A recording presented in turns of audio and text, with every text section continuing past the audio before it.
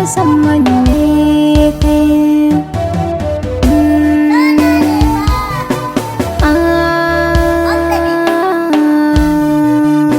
Ta musamman ciki ba zan haɗa ki da kowa ba. Duniyar nan na duba ba za a samu kamar ke ba. Na musamman ne kai nawa masoyi dan gata. Duniyar nan na gama zaɓi ba zan haɗa ka da kowa ba. Dan gata.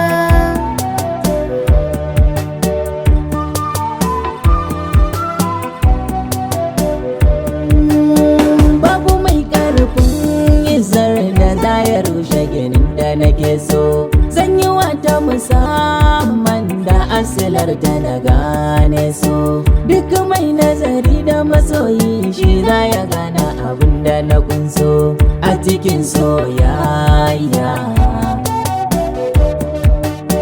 Na gani ke ce hanya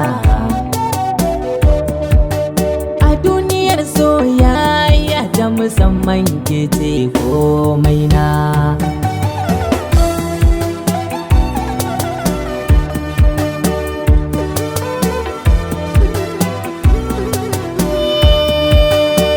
A cikin soyayya yin haƙuri da akwai alkhairi. Na yi na cika buri na yi gamo da daren alkhairi. Sannu sannu muke tafiyar mu da ni da shi ba ma yin sauri. Nawa babban yaro a guri na ka zama hero. Ka wuce gaba zan taka maka hula tafi gaban dan kwali. Masoyina habibina.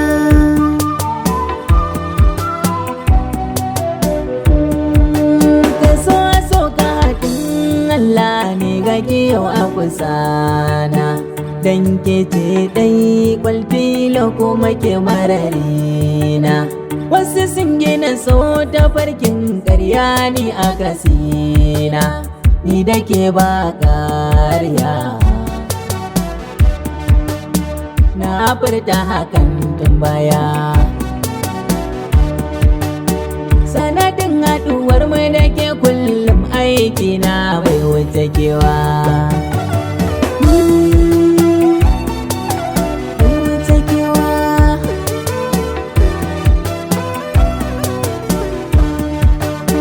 Haƙuri shi ne matakin yin nasara da rabo. In dai da Hassan Hussaini cikon na ukun gambo. Za mu aure a cikin ɗakin mu musa gambo. Ƙarfin igiya sai kargo, rike alkawari sai gwarzo. Ita tantabara an san ta fagen rike alkawari lallai.